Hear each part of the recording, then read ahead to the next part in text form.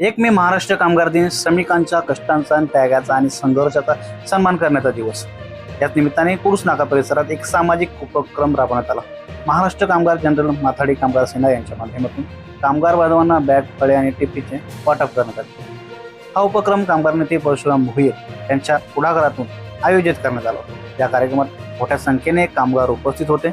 या कार्यक्रमासाठी परिसरातील अनेक मान्यवरांनी हजेरी लावली होती। या उपस्थितीमुळे कार्यक्रमाला विशेष महत्त्व प्राप्त झाले।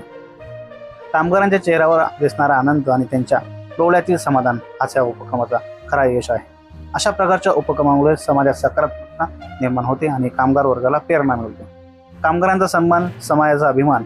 1 मे कामगार दिनाच्या सर्वांना हार्दिक शुभेच्छा। अशा स्थानिक बातम्यांसाठी आमच्या चॅनेलला सबस्क्राईब करा, लाईक करा, शेअर करायला विसरू नका। महाराष्ट्र दिनानिमित्त कामगारांना साहित्य वाटप केलं, काय भावना?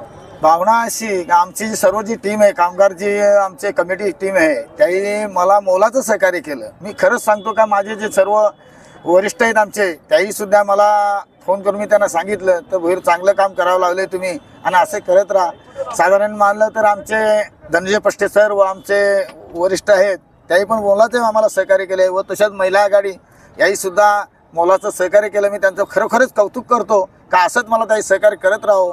जय हिंद, जय महाराष्ट्र।